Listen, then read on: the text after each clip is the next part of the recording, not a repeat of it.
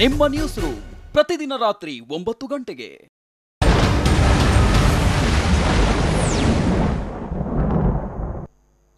ವರುಣಾರ್ಭಟ TV9 ground ರಿಪೋರ್ಟ್ಗೆ ಸ್ವಾಗತ. ನಾನು ಸೌಮ್ಯ ಹೆಗಡೆ. ತಂದೆ ತಾಯಿ ಮತ್ತು ಓರ್ವ ಮಗಳಿದ್ದ ಚೊಕ್ಕ ಕುಟುಂಬ ಅದು.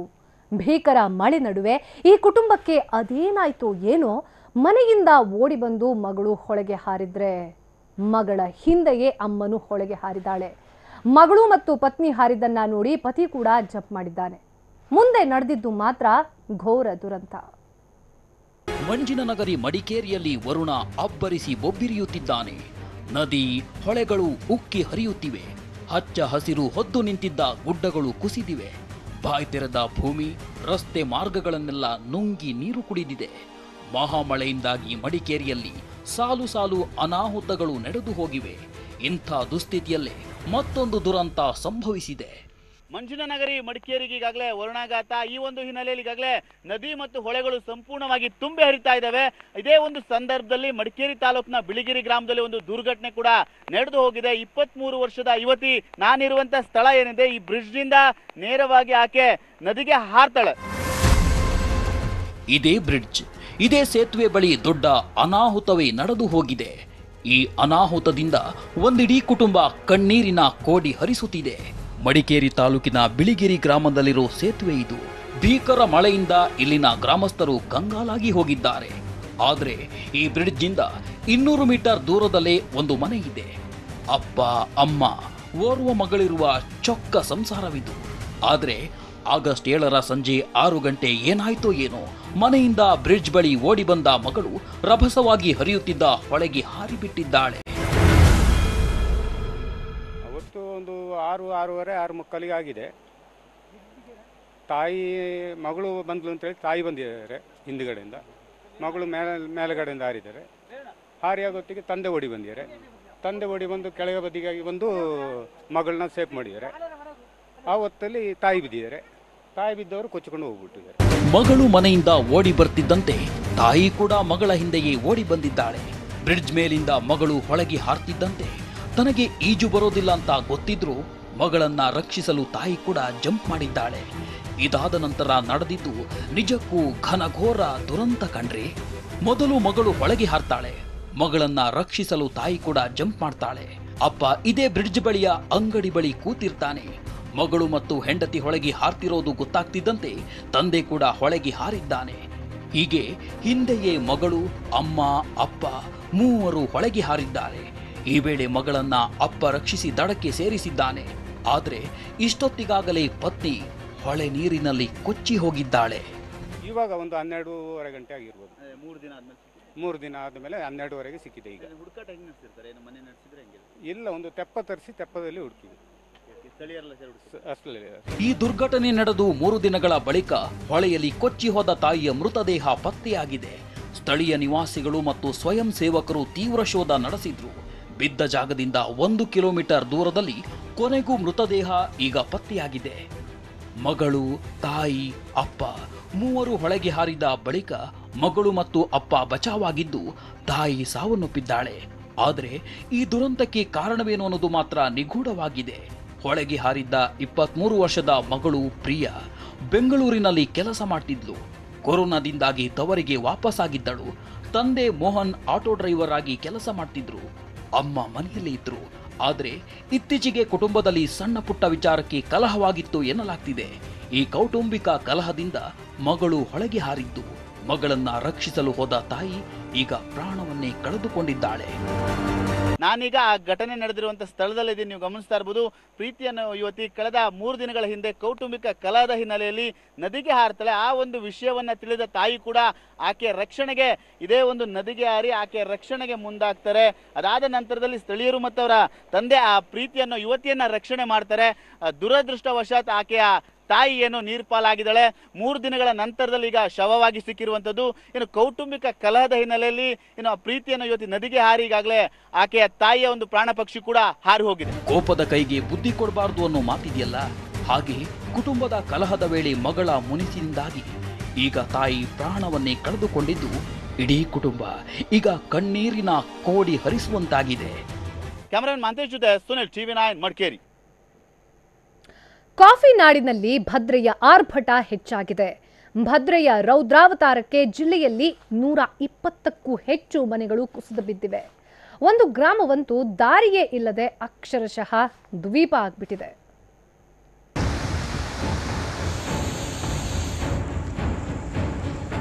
ಮಳೆರಾಯನ ಹೊಡೆತಕ್ಕೆ, ನದಿಗಳ ಆರ್ಭಟಕ್ಕೆ ಏನೇನೂ ಉಳಿಯುತ್ತಿಲ್ಲ.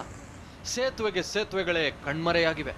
ಜಲಾಸುರನ ಕೋಪಕ್ಕೆ ಗ್ರಾಮವೇ ಮುಳುಗುತ್ತಿದೆ. ರಸ್ತೆಯೇ ಅಳಿಸಿ ಹೋಗ್ತಿದೆ.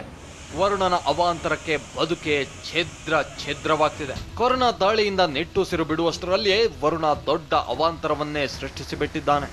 ಉತ್ತರ ಕರ್ನಾಟಕ, ಕೊಡಗು, ಮಲೆನಾಡು, ಕರಾವಳಿ ಹೀಗೆ ಎಲ್ಲೆಡೆ ತನ್ನ ಆರ್ಭಟ ಮುಂದುವರೆಸಿದ್ದಾನೆ.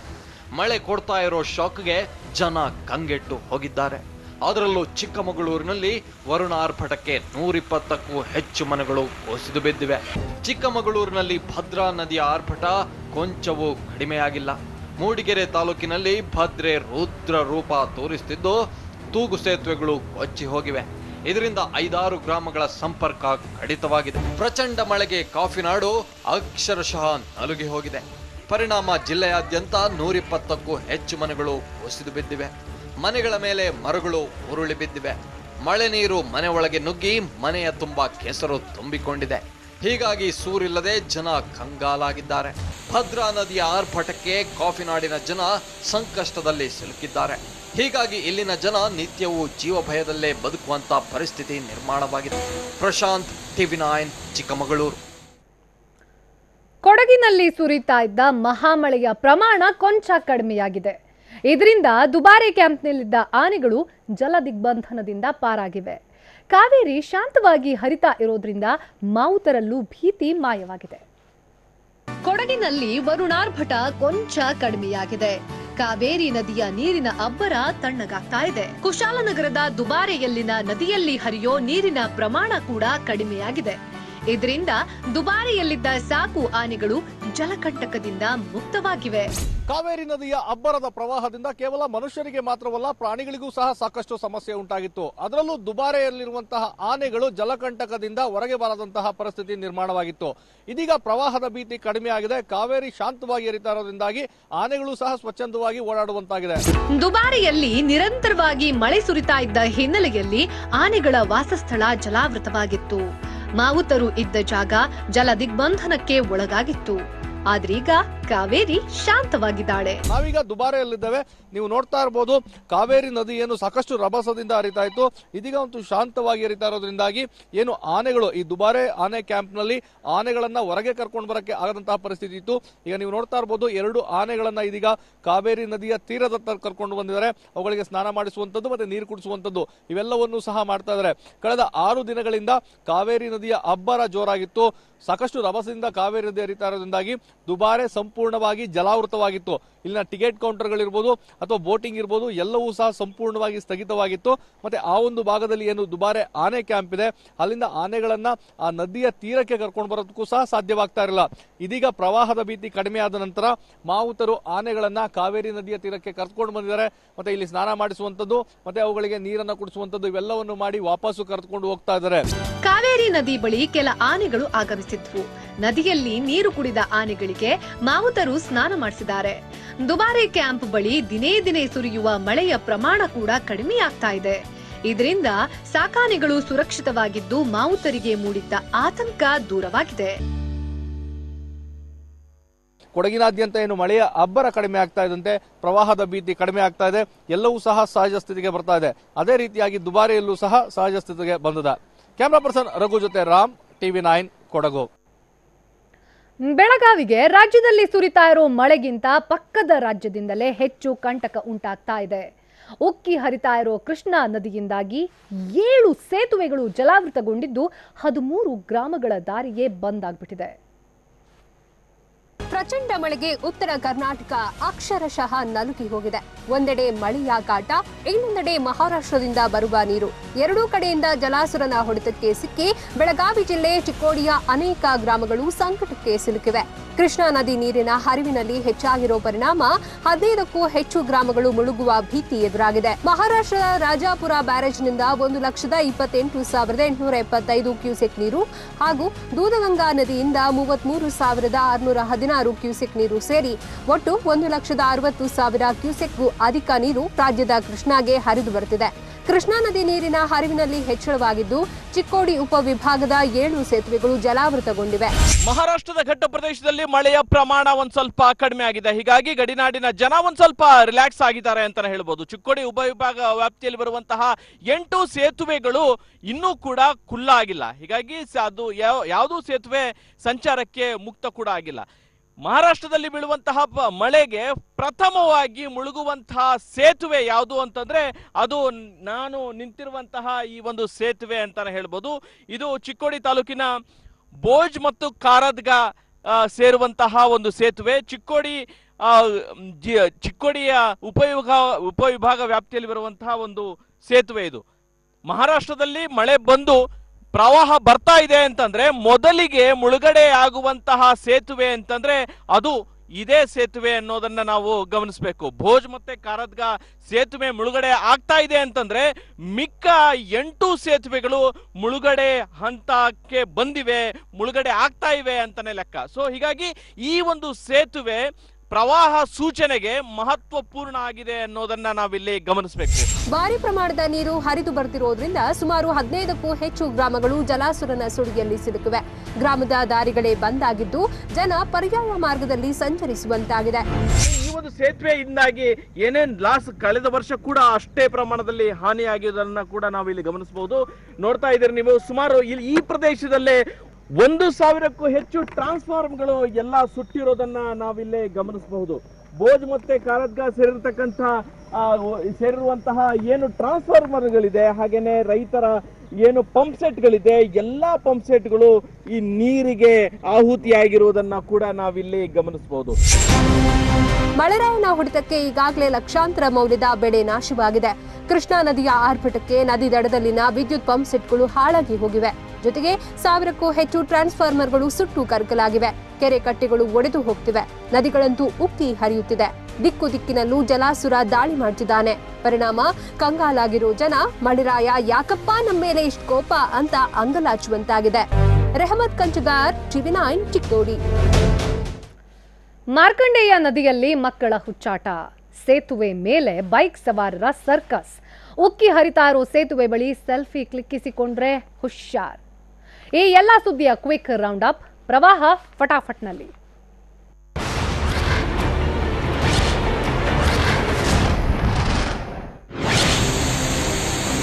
ಚಿಕ್ಕಮಗಳೂರು ಜಿಲ್ಲೆಯ ಮಲೆನಾಡ ಭಾಗದಲ್ಲಿ ಮಳೆ ಅವಾಂತರ ಇನ್ನೂ ನಿಂತಿಲ್ಲ. ಭಾರೀ ಮಳೆಯಿಂದಾಗಿ ರಸ್ತೆ ಪಕ್ಕದಲ್ಲಿ ಮಣ್ಣು ಕೊಚ್ಚಿ ಹೋಗುತ್ತಿದೆ. ಚಿಕ್ಕಮಗಳೂರು ಜಿಲ್ಲೆ ಶೃಂಗೇರಿ ತಾಲೂಕಿನ ನೆಮ್ಮಾರ್ ಬಳಿ ಈ ಘಟನೆ ನಡೆದಿದ್ದು, ರಾಷ್ಟ್ರೀಯ ಹೆದ್ದಾರಿ 169ರಲ್ಲಿ ರಸ್ತೆ ಸಂಚಾರ ಬಂದ್ ಮಾಡಲಾಗಿದೆ. ಹಾಗೆ ಚಿಕ್ಕಮಗಳೂರು ಜಿಲ್ಲೆಯ ಮೂಡಿಗೆರೆ ತಾಲೂಕಿನ ಅಬ್ಬಗೂಡಿಗೆಯ ಕಿರು ಸೇತುವೆ ಕೂಡ ಕೊಚ್ಚಿ ಹೋಗಿದೆ. ಉತ್ತರ ಕನ್ನಡ ಜಿಲ್ಲೆಯ ಸಿದ್ದಾಪುರದ ಅರಸಲಗೋಡು ಗ್ರಾಮದ ಹಳ್ಳ ಉಕ್ಕಿ ಹರಿಯುತ್ತಿದ್ದು ಕೃಷಿ ಭೂಮಿ ನಾಶವಾಗಿದೆ. ಅರಸಲಗೋಡು ಗ್ರಾಮದ ಕೃಷಿ ಜಮೀನು ಹಾಗೂ ಸಂಪರ್ಕ ರಸ್ತೆ ಸಂಪೂರ್ಣ ಜಲಾವೃತವಾಗಿದೆ. ಉಕ್ಕಿ ಹರಿಯುತ್ತಿರುವ ನೀರಿನಲ್ಲೇ ನಡೆದು ಗ್ರಾಮಸ್ಥರು ತೆರಳಿದ್ದಾರೆ.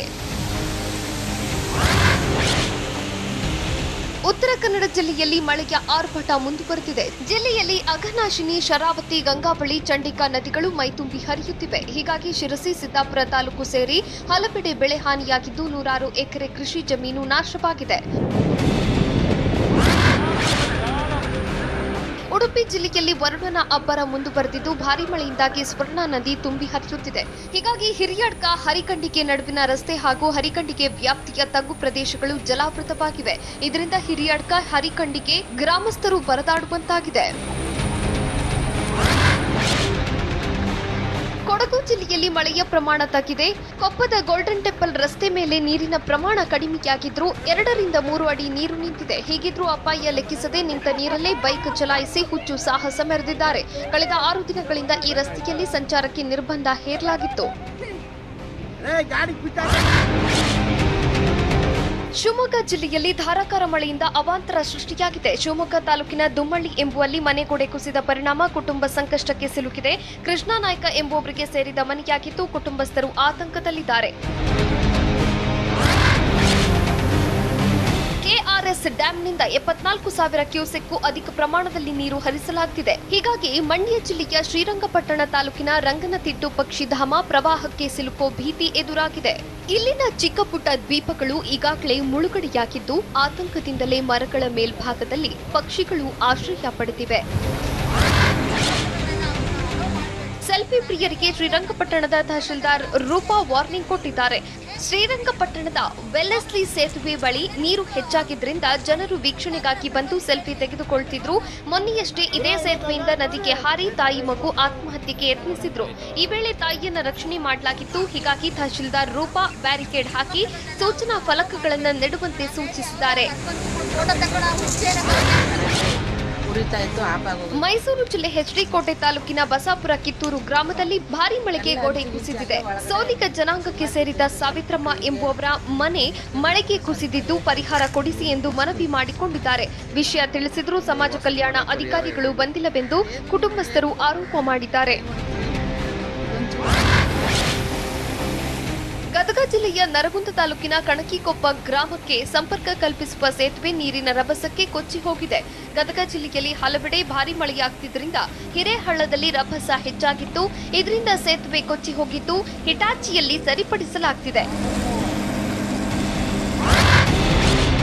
ದಾವಣಗೆರೆ ಜಿಲ್ಲೆಯ ಹರಿಹರ ತಾಲೂಕಿನ ಸಾರಥಿ ಹಾಗೂ ಚಿಕ್ಕಬಿದಿರಿ ಗ್ರಾಮಗಳ ನಡುವಿನ ಸಂಪರ್ಕ ಕಡಿತಗೊಂಡಿದೆ. ತುಂಗಭದ್ರಾ ನದಿಯ ಪ್ರವಾಹಕ್ಕೆ ಸಿಲುಕಿ ಸೇತುವೆ ಮುಳುಗಡೆಯಾಗಿದ್ದು ಹೀಗಾಗಿ ಹರಿಯುವ ನೀರಿನಲ್ಲಿ ನದಿ ಜನರು ಹಾಗೂ ಜಾನುವಾರುಗಳು ನದಿ ದಾಟುತ್ತಿವೆ. ಪ್ರವಾಹದಿಂದ 2 ಗ್ರಾಮಗಳಲ್ಲೂ ಅಪಾರ ಪ್ರಮಾಣದ ಬೆಳೆ ಹಾನಿಯಾಗಿದ್ದು ಜಿಲ್ಲಾಡಳಿತ ತಲೆ ಹಾಕಿಲ್ಲ. ಬೆಳಗಾವಿ ಜಿಲ್ಲೆಯ ಗೋಕಾಕ್ನ ಮಾರ್ಕಂಡೇಯ ನದಿ ಅಪಾಯದ ಮಟ್ಟ ಮೀರಿ ಹರಿಯುತ್ತಿದೆ. ಹಾಗಿದ್ರೂ ನದಿಯ ಚಿಕ್ಕೋಡಿ ಸೇತುವೆ ಮೇಲಿಂದ ನದಿಗೆ ಮಕ್ಕಳು ಹಾರಿ ಹುಚ್ಚಾಟ ಮೆರೆದಿದ್ದಾರೆ. ಭಾರೀ ಮಳೆಯಿಂದ ರಭಸವಾಗಿ ಹರಿಯುತ್ತಿರೋ ನದಿ ಸೇತುವೆ ಮೇಲಿಂದ ಮಕ್ಕಳು ಜಂಪ್ ಮಾಡಿ ಈಜಾಟ ನಡೆಸುತ್ತಿದ್ದಾರೆ. ಭಾರೀ ಮಳೆಯಿಂದಾಗಿ ಬೆಳಗಾವಿ ಜಿಲ್ಲೆಯ ಗೋಕಾಕ್ ಜಲಪಾತ ಧುಮ್ಮಿಕ್ಕಿ ಹರಿಯುತ್ತಿದೆ. 180 ಅಡಿಯಿಂದ ಧುಮ್ಮಿಕ್ತಿರೋ ಜಲಪಾತದ ಮೇಲೆ ನಿಂತು ಯುವಕರು ಹುಚ್ಚಾಟ ಮೆರೆಯುತ್ತಿದ್ದಾರೆ. ಜಲಪಾತದ ತುದಿಗೆ ಹೋಗಿ ಅಪಾಯದ ನಡುವೆಯೂ ಸೆಲ್ಫಿ ತೆಗೆದುಕೊಳ್ಳುತ್ತಿದ್ದಾರೆ.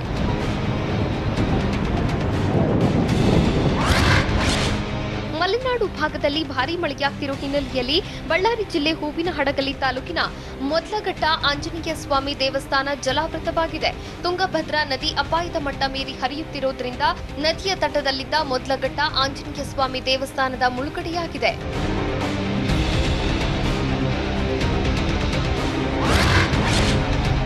ದಾವಣಗೆರೆ ಜಿಲ್ಲೆಯ ಹರಿಹರ ತಾಲೂಕಿನ ಉಕ್ಕಡಗಾತ್ರಿ ಪುಣ್ಯಕ್ಷೇತ್ರಕ್ಕೆ ಪ್ರವಾಹ ಭೀತಿ ಎದುರಾಗಿದೆ.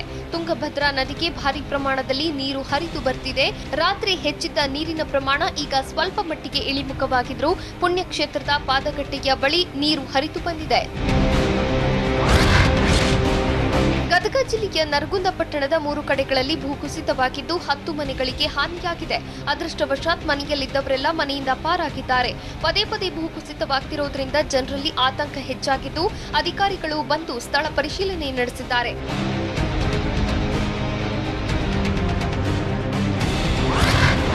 ಧಾರವಾಡ ಜಿಲ್ಲೆಯ ಕಲಘಟಕಿ ತಾಲೂಕಿನಾದ್ಯಂತ ಮೆಕ್ಕೆಜೋಳದ ಬೆಳೆ ಭಾರೀ ಪ್ರಮಾಣದಲ್ಲಿ ನಾಶವಾಗಿದೆ. ಕಲಘಟಕಿ ಸುತ್ತಮುತ್ತ 100 ಎಕರೆ ಪ್ರದೇಶದಲ್ಲಿ ಬೆಳೆದ ಮೆಕ್ಕೆಜೋಳ ನಾಶವಾಗಿದೆ. ಕಲಘಟಕಿಯಲ್ಲಿ ಭೀಕರ ಗಾಳಿ ಮಳೆಗೆ ತೆನೆ ಸಮೇತ ಫಸಲು ಕೆಳಗೆ ಬಿದ್ದಿದೆ. ಹೀಗಾಗಿ ಅನ್ನದಾತ ಕಂಗಾಲಾಗಿದ್ದಾನೆ. ಕೊಪ್ಪಳ ಜಿಲ್ಲೆಯ ಗಂಗಾವತಿ ತಾಲೂಕಿನ ಕಡೇಬಾಗಿಲು ಬಳಿ ವಿಜಯನಗರ ಕಾಲುವೆ ಒಡೆದು ಅಪಾರ ಪ್ರಮಾಣದಲ್ಲಿ ಭತ್ತದ ಬೆಳೆ ನಾಶವಾಗಿದೆ. ಕಾಲುವೆಗೆ ಹೆಚ್ಚಿನ ಪ್ರಮಾಣದಲ್ಲಿ ನೀರು ಬಿಟ್ಟಿದ್ದರಿಂದ ಕಾಲುವೆ ಒಡೆದು ಅವಾಂತರ ಸೃಷ್ಟಿಸಿದೆ. ಇತ್ತೀಚೆಗೆ ಕಾಲುವೆಯನ್ನ ಅಧಿಕಾರಿಗಳು ದುರಸ್ತಿ ಮಾಡಿದ್ರು. ಆದರೆ ಗ್ರಾಮಸ್ಥರು ಕಳಪೆ ಕಾಮಗಾರಿಗೆ ಕಾರಣವೆಂದು ಆರೋಪ ಮಾಡಿದ್ದಾರೆ. ಪಶ್ಚಿಮ ಘಟ್ಟ ಪ್ರದೇಶದಲ್ಲಿ ಭಾರೀ ಮಳೆಯಾಗ್ತಿರೋ ಹಿನ್ನೆಲೆಯಲ್ಲಿ ಘಟಪ್ರಭಾ ನದಿ ಅಪಾಯ ಮಟ್ಟ ಮೀರಿ ಹರಿಯುತ್ತಿದೆ. ಇದರಿಂದ ಹಿಡಕಲ್ ಡ್ಯಾಂನಿಂದ 5,000 ಕ್ಯೂಸೆಕ್ ನೀರು ಬಿಡುಗಡೆಯಾಗಿದ್ದು ಬೆಳಗಾವಿ ಜಿಲ್ಲೆ ಹುಕ್ಕೇರಿ ತಾಲೂಕಿನ ಹಿಡಕಲ್ ಡ್ಯಾಂನಲ್ಲಿ 10 ಕ್ರಸ್ಟ್ ಗೇಟ್ಗಳ ಮೂಲಕ ನೀರು ಹೊರಹೋಗುತ್ತಿದೆ. ಹೀಗಾಗಿ ಗೋಕಾಕ್ ಹುಕ್ಕೇರಿ ತಾಲೂಕಿನ ನದಿ ಪಾತ್ರದ ಗ್ರಾಮಗಳಲ್ಲಿ ಹೈ ಅಲರ್ಟ್ ಘೋಷಿಸಲಾಗಿದೆ. ಆಲಮಟ್ಟಿ ಯಲಹಟ್ಟಿ ಜಲಾಶಯದಿಂದ ಬಸವಸಾಗರ ಜಲಾಶಯಕ್ಕೆ ಕಡಿಮೆ ಪ್ರಮಾಣದಲ್ಲಿ ನೀರು ಬರ್ತಾ ಇದೆ. 1.8 ಲಕ್ಷ ಕ್ಯೂಸೆಕ್ನಿಂದ 1.15 ಲಕ್ಷ ಕ್ಯೂಸೆಕ್ಗೆ ಬಂದಿದ್ದು ಹೊರಹರಿವಿನ ಪ್ರಮಾಣ ಕಡಿಮೆಯಾಗಿದೆ. ಯಾದಗಿರಿ ಜಿಲ್ಲೆಯ ಹುಣಸಗಿ ತಾಲೂಕಿನ ನಾರಾಯಣಪುರದಲ್ಲಿ ಬಸವಸಾಗರ ಜಲಾಶಯವಿದೆ.